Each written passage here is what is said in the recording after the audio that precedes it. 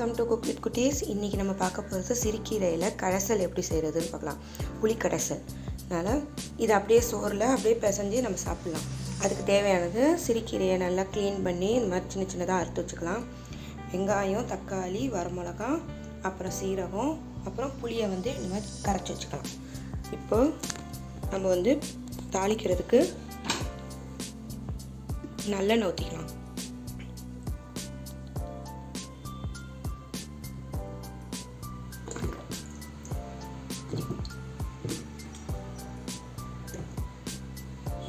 எண்ணெய் நல்லா காஞ்சோன்னே சீரகம் போட்டுட்டு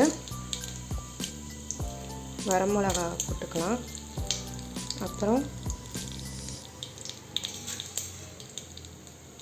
வெங்காயம் வெங்காயம் கொஞ்சம் வதங்கினோன்னே தக்காளி போட்டுக்கலாம்.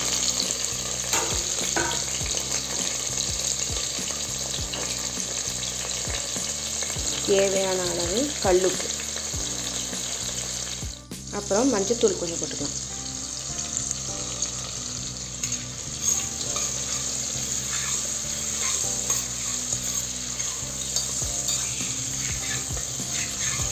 எல்லாம் ரொம்ப வதங்கணும்னு தேவையில்லை, சும்மா லைட்டாக வதங்கினாலே போதும்.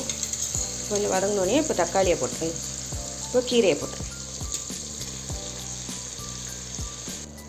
கீரை கொஞ்சம் லைட்டாக வதங்கினோன்னே அதோடு நம்ம இந்த புளியையும் ஊற்றிட்டு அப்படியே குக்கரை மூடி விட்டுறலாம். மூடி விட்டு ஒரு 2 விசில் விட்டு சும்மா 1/2 டம்ளர் தண்ணி ஊற்றிருக்கேன்.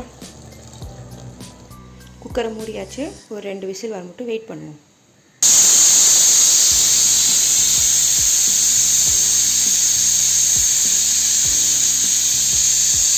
குக்கரை திறந்தாச்சு. இது நம்ம புளி போடுறதுனால கொஞ்சம் வேகாத மாதிரி தான் இருக்கும். அதனால் பருப்பு மத்து இந்த மாதிரிலாம் வச்சு நல்லா கடைஞ்சிருங்க. கடைஞ்சிட்டு உங்களுக்கு எந்த அளவுக்கு தண்ணி வேணுமோ, எத்தனை பேருக்கு சாப்பிட்றதுக்கு அந்த மாதிரி ஊற்றி நல்லா கொதிக்க விட்டு வச்சா நம்மளோட கீரை கடைசல் ரெடி ஆகிடும்.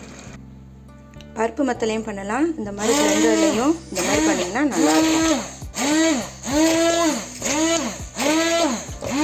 லைட்டாக பண்ணணும், ரொம்ப பண்ணிடணும். இப்போ நம்மளோட கீரை புளி கரைசல் ரெடி ஆயிடுச்சு. இதில் நம்ம குக்கரில் போடும்போது கீரையோட மாங்காவும் போட்டு பண்ணிங்கன்னா சூப்பராக இருக்கும். அது புளிக்கு பதிலாக மாங்காய் போட்டிங்கனாலும் செம்மையாக இருக்கும். அது என்கிட்ட மாங்காய் இல்லை, நான் போடலை.